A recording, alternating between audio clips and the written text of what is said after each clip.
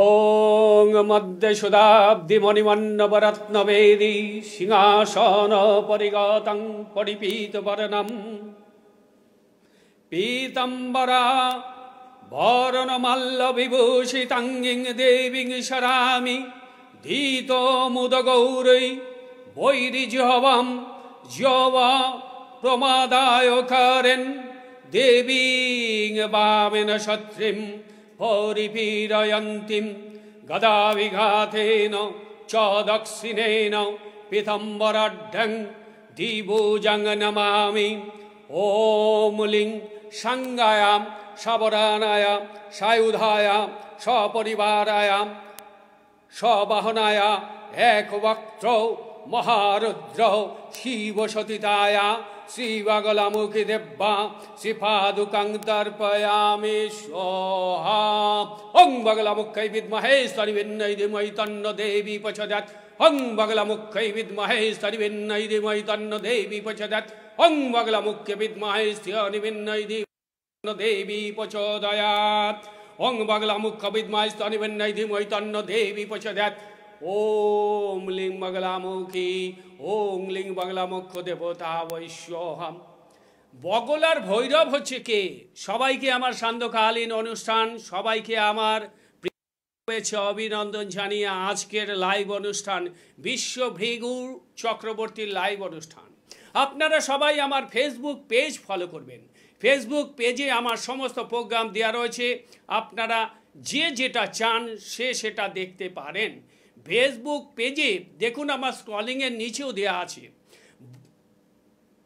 স্ক্রলিংয়ের নিচে যে কথাগুলো দেওয়া আছে সেগুলো আপনারা ফলো করবেন এবং ফেসবুক পেজ যেটা আছে সেটা আপনারা ফলো করুন, সেখানে আপনারা সমস্ত প্রোগ্রাম পেয়ে যাবেন। আর আমি যে সিটিভিএনে প্রোগ্রাম করছি, চ্যানেল ভিশনে প্রোগ্রাম করছি, সেই চ্যানেল ভিশন কর্তৃপক্ষের কাছে আমার বিনম্র আবেদন জানিয়ে আজকের অনুষ্ঠান আমি শুরু করছি।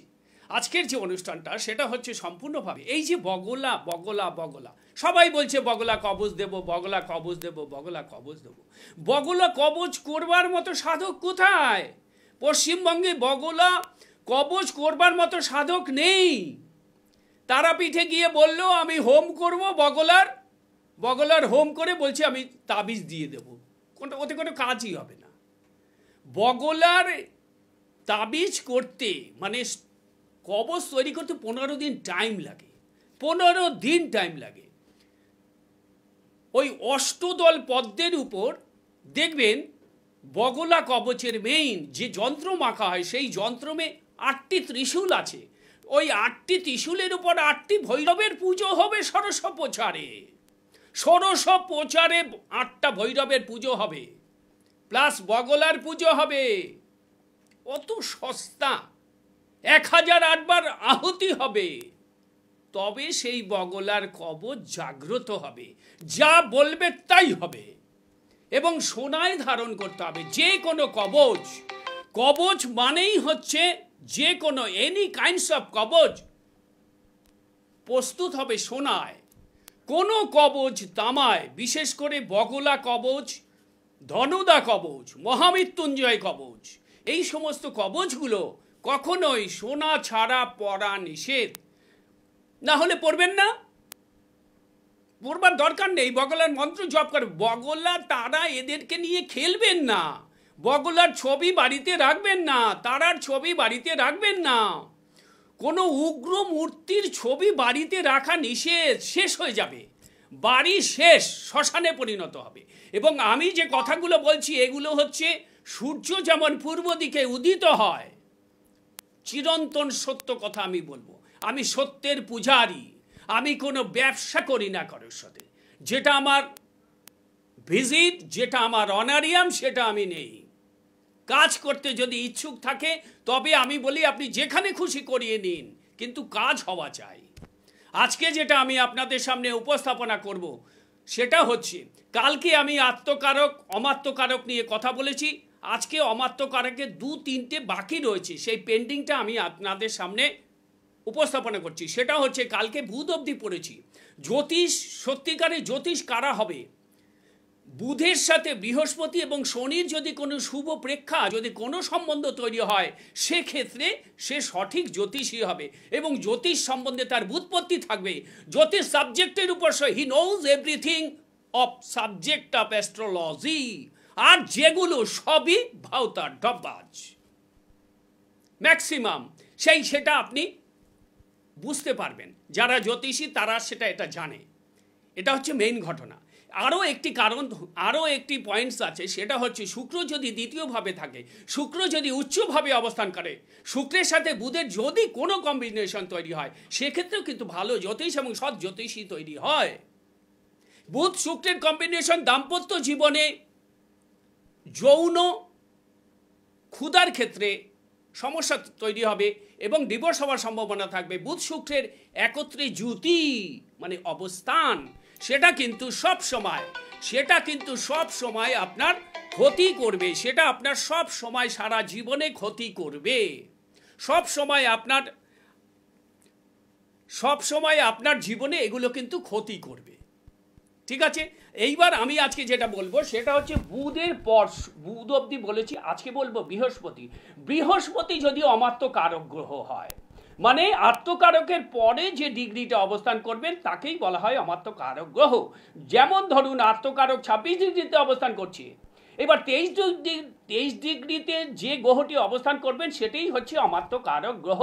এই অমাত্য কারকের উপর মানুষের একটা ছক দাঁড়িয়ে থাকে। যে কোনো জাতক কিংবা জাতিকার ক্যারিয়ার তৈরি হয় অমাত্য কারক গ্রহের উপরে। অমাত্য কারক গ্রহ কি হবে সেই অনুযায়ী তাকে সেই পেশায় যেতে হবে। কেউ যায়, কেউ কোনো অ্যাস্ট্রোলজার বলে আপনাদের, কেউ বলবে না, কেউ বিচারই করে না, 2-1 জন বাদ দিয়ে।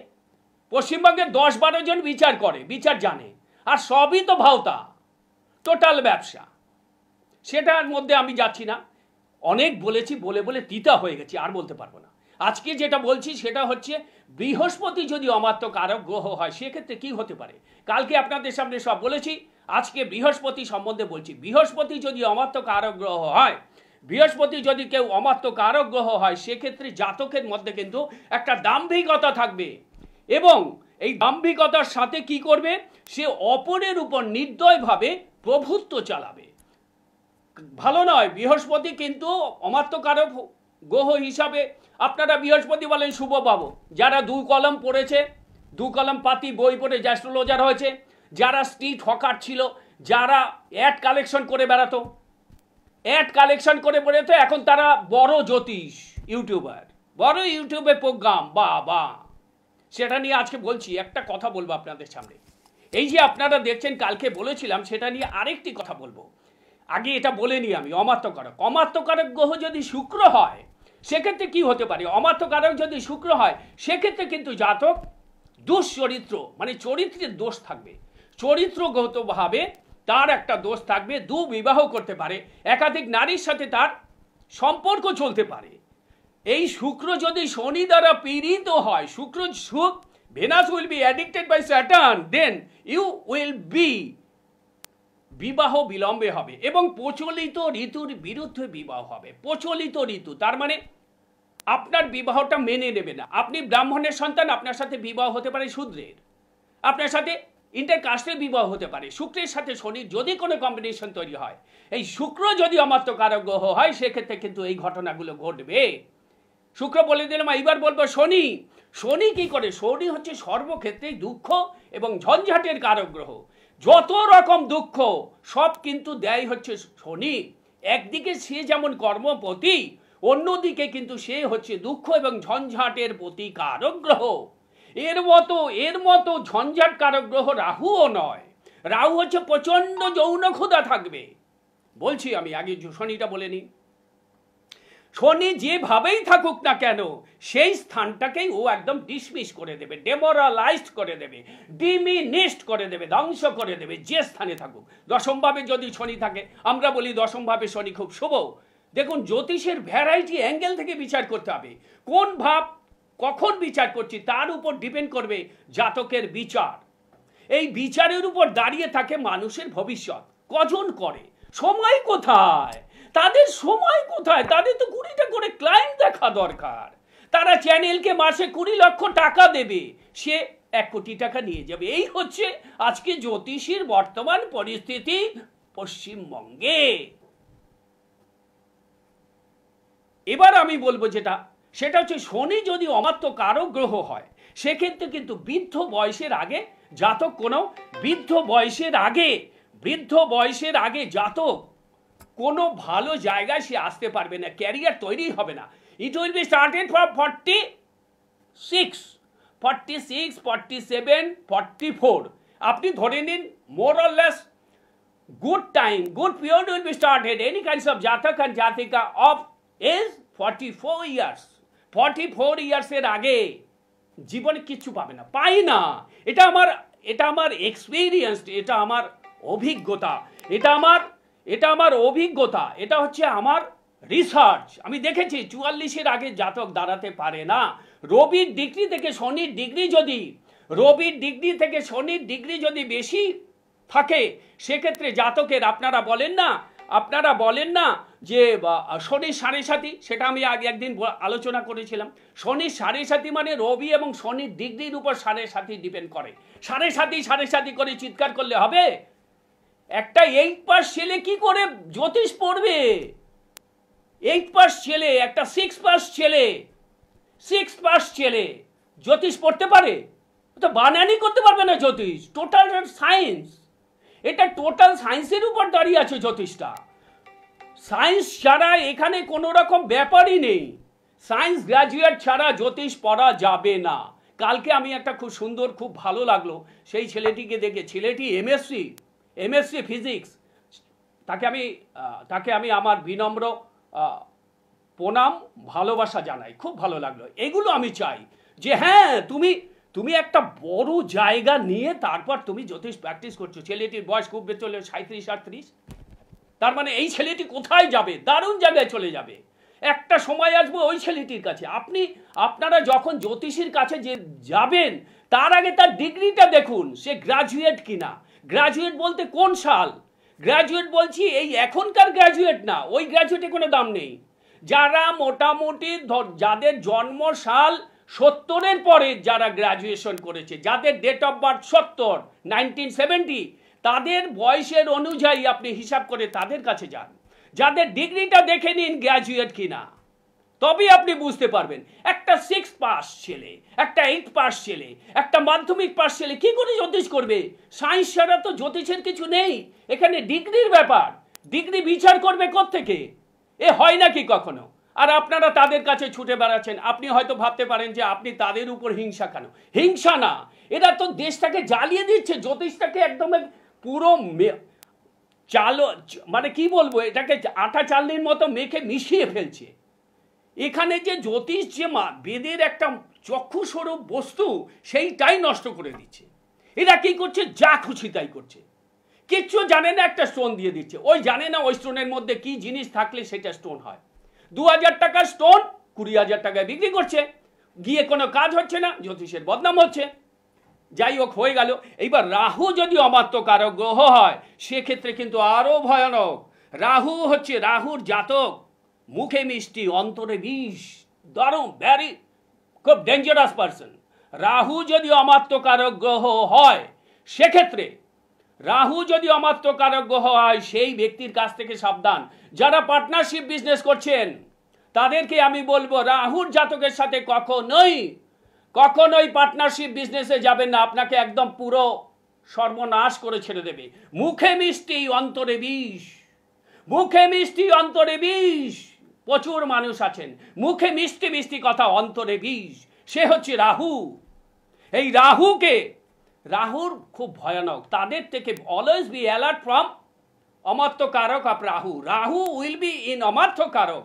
You must escape from this particular person. Very very important. আজকে যেটা আমি নতুন একটা আলোচনা করব, সেটা হচ্ছে আর একটা কথা আমি আপনাকে বলি।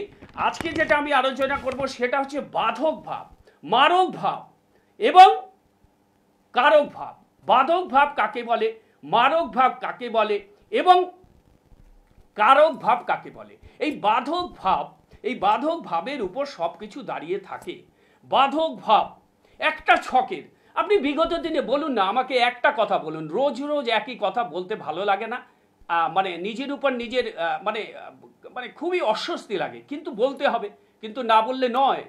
জ্যোতিষ পেশাটাকে কিছু ভালো লোক বাদ দিয়ে যে দিকে নিয়ে চলেছে, এটাকে বন্ধ করা উচিত, এটা বন্ধ হওয়া উচিত, না হলে দেশ রসাতলে চলে যাচ্ছে। তো যে কোনো কেউ এসে এই পেশায় ঢুকে যাচ্ছে, সে লিখতে কলম ভাঙে, সে জ্যোতিষ করছে। আপনি হয়তো বলছেন আপনার এত ভ্যানিটি কেন, আপনার এত ঘ্যাম এবং আপনার ঔদ্ধত্য কেন? ঔদ্ধত্য নয়, এটা ফ্যাক্ট, আমাকে ফেস করতে হচ্ছে প্রতিদিন। প্রতিটি চেম্বারে এসেই বলছি এই আমাকে দিয়েছে। আমি দেখলাম রবি শনির মধ্যে একই জায়গায় বসে আছে, রবিকেও গার্ড দিয়েছে, শনিকেও গার্ড দিয়েছে।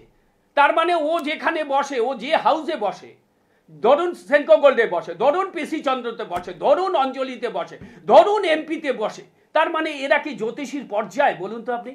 রবি শনির হচ্ছে মেইন শত্রু। রবি থেকে শনির ডিগ্রিগত পার্থক্য কত আছে? আর রবি শনিকে একসাথে গার্ড দিলে তার মৃত্যু অনিবার্য, যে কোনো সময় সে 4 চাকার নিচে ঢুকে যাবে। এরকম আমার প্রচুর অভিজ্ঞতা আছে, সেই কারণে আমি কথাগুলো বলতে বাধ্য হচ্ছি, মানুষকে ঠেকানোর চেষ্টা করছি, কিন্তু মানুষ কিন্তু সবচেয়ে বড় বোকা। এইটা হচ্ছে ঘটনা। আজকে আমি যেটা বলবো সেটা হচ্ছে বাধক। তার আগে একটি ছোট্ট নমুনা জ্যোতিষীদের কথা আমি আপনাকে বলে দিই। সেটা হচ্ছে, আপনারা বলেন না আমি জ্যোতিষীকে চিনব কি করে, আমি কি করে বুঝবো? যার লেটার হেডের উপরে গ্রাজুয়েশন দেয়া আছে, এমএস মাস্টার্স করা আছে, ব্যাচেলার করা আছে, তাদের কাছেই যান। এবং যাদের বয়স 52 এর প্লাস, 52-55 পরে যাদের বয়স, তাদের কাছে, কোনো ছোকরা ছেলের কাছে নয়। ওরা তন্ত্রের কি জানে, ওরা জ্যোতিষের কি জানে? আর জ্যোতিষ আর তন্ত্র অঙ্গাঙ্গি ভাবে জড়িত। যে জ্যোতিষ জানবে তাকে তন্ত্র শিখতেই হবে। জ্যোতিষ ছাড়া তন্ত্র হয় না, আবার তন্ত্র ছাড়া তন্ত্র যে কাজ করবে তাকেও জ্যোতিষ জানতে হবে। সে অল্প জানলেও হবে, কিন্তু জানতে হবে। মেইন তোমার গ্রহের দশান্তর দশা বিচার করতে হবে। সে আজকাল অনেক অ্যাপস বেরিয়েছে, সেটা দেখে করছে কিছু তান্ত্রিক, আমাদের কাছে খবর আছে, সেগুলো অন্য জিনিস। কিন্তু একটা তান্ত্রিক হবে কি করে? তাকে তো সাধক হতে হবে, তাকে তো প্রতিটি মন্ত্রের উপর তাকে সিদ্ধ হতে হবে। সিদ্ধ ছাড়া জাতক হবে কি করে? এটা হয় কখনো? আজকে আমি বলছি যেটা, সেটা বাধক। বাধক বা কাকে বলে আমরা জানি। 4টে রাশি চর, আমাদের 4টে চর রাশি কি কি? মেষ, কর্কট, তুলা, মকর। এই চর রাশির ক্ষেত্রে বাধক ভাব কে হবে? চর রাশির ক্ষেত্রে বাধক ভাব হবে একাদশ ভাব, সব সময় বিচার করতে হবে। আর স্থির রাশির ক্ষেত্রে, স্থির রাশি কোনগুলো? বিষ, কন্যা, মকর। কটা হলো? 4, 3, 7, 7টা হয়ে গেল। এই বিষ, কন্যা, মকর স্থির রাশিতে বাধক ভাব যদি হয়, সেই বাধক ভাব তখন সে নবম ভাব হয়ে যাবে। বাধক ভাবটা হবে নবম ভাব। স্থির রাশিতে যদি আপনার লগ্ন অবস্থান করে, তবে বাধক ভাব হবে নবম ভাব। এবং দ্ব্যর্থক রাশিতে বা দ্বৈত রাশিতে যদি আপনার লগ্ন অবস্থান করে, তখন বাধক ভাব হবে সপ্তম ভাব। এইটা হচ্ছে মেইন। এইবার আমি আজকে বিচার করব, বাধক ভাবে যদি কোনো গ্রহ বসে থাকে, সেই গ্রহটা কতটা মারাত্মক হতে পারে, কতটা ভয়ানক হতে পারে। আপনার জীবনকে ডিসমিস করে দেবে, আপনার জীবনকে ডেমোরালাইজড করে দেবে, ধ্বংস করে দেবে। এই বাধক ভাবটা বিচার করতে হবে। কোনো জ্যোতিষী করে না, কোনো জ্যোতিষী করে না। করবে কি? জানেই তো না। এইবার আপনারা বলতে পারেন তার মানে আপনি সব জানেন। না, আমি কখনোই সেটা বলছি না। আমার কথা হচ্ছে যে এইটা করতে হবে, না করলে হবে না, এইটা না করলে সম্ভব না। এইটা হচ্ছে বাধক ভাবে। যদি ধরুন আমি আজকে একটা লগ্ন নিয়ে আপনাদের এক্সাম্পল দিচ্ছি, সেটা কি? সেটা হচ্ছে স্থির লগ্ন। যদি ধরুন কারোর সিংহ লগ্ন হয়, তো সিংহ যদি লগ্ন হয়, তো নবম ভাবটা স্থির লগ্নের ক্ষেত্রে নবম ভাব বাধক গ্রহ। এই বাধক ভাবে যদি মঙ্গল গ্রহ বসে থাকে, এই বাধক প্রতিটাকে মঙ্গল, এই বাধক ভাবেই মঙ্গল বসে আছে, তবে আপনার নবম ভাবটাকে ডিসমিস করে দেবে, ডেমোরালাইজড করে দেবে, আপনার ক্যারিয়ারটাকে নষ্ট করে দেবে। আপনার নবম ভাব থেকে কি বিচার হবে? নবম ভাব থেকে ভাগ্য বিচার হবে। তার মানে ভাগ্যটাই আপনার রসাতলে পাঠিয়ে দেবে। বাধকপতিকে, বাধকপতি মঙ্গল।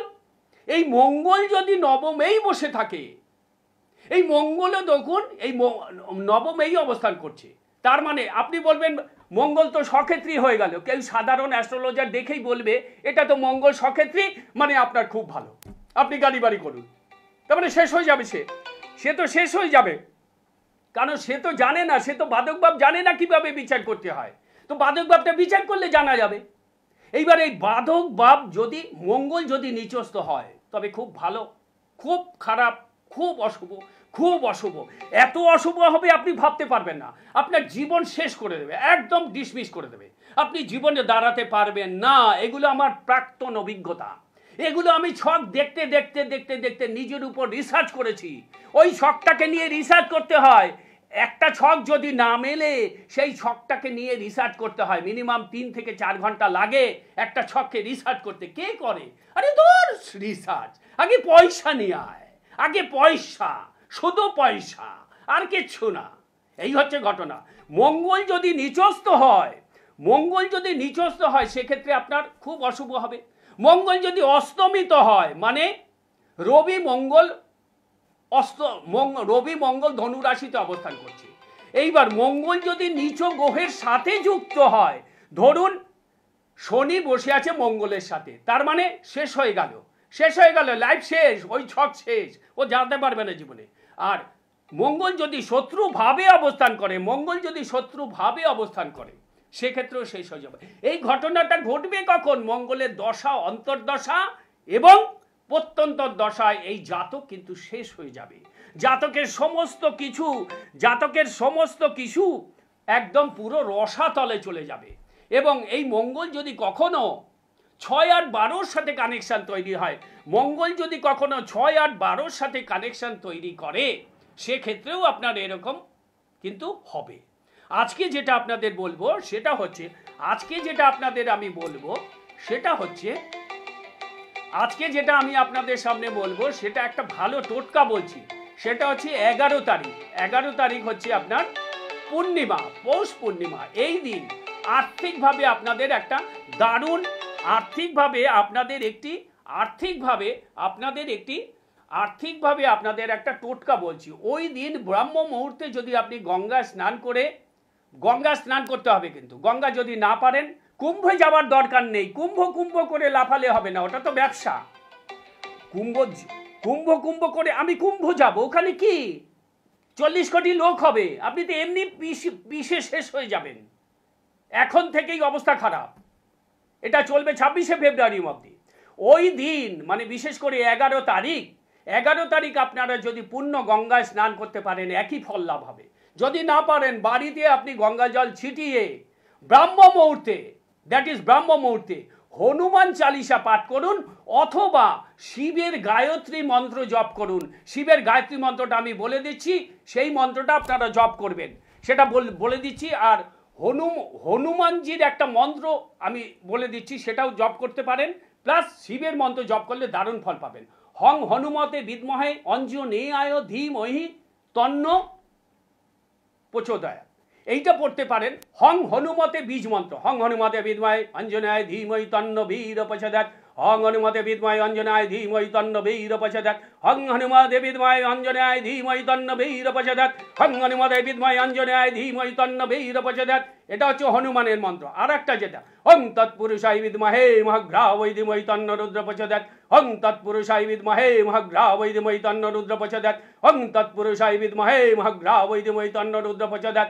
এই মন্ত্রটা আপনি 108 বার ব্রাহ্ম মুহূর্তে জপ করুন, স্নান করে। যদি স্নান করতে না পারেন, গঙ্গা জল ছিটিয়ে অঙ্গাঙ্গে যমুনা চৈব, এই মন্ত্রটা বলে ওং গঙ্গা, অত দরকার নেই, আপনারা তো পারবেন না মন্ত্র, জাস্ট গঙ্গা জলে ছিটা দিয়ে এই মন্ত্রটা জপ করুন, দারুণ আর্থিকভাবে ফল পাবেন। নমস্কার, ভালো থাকুন, আনন্দে থাকুন।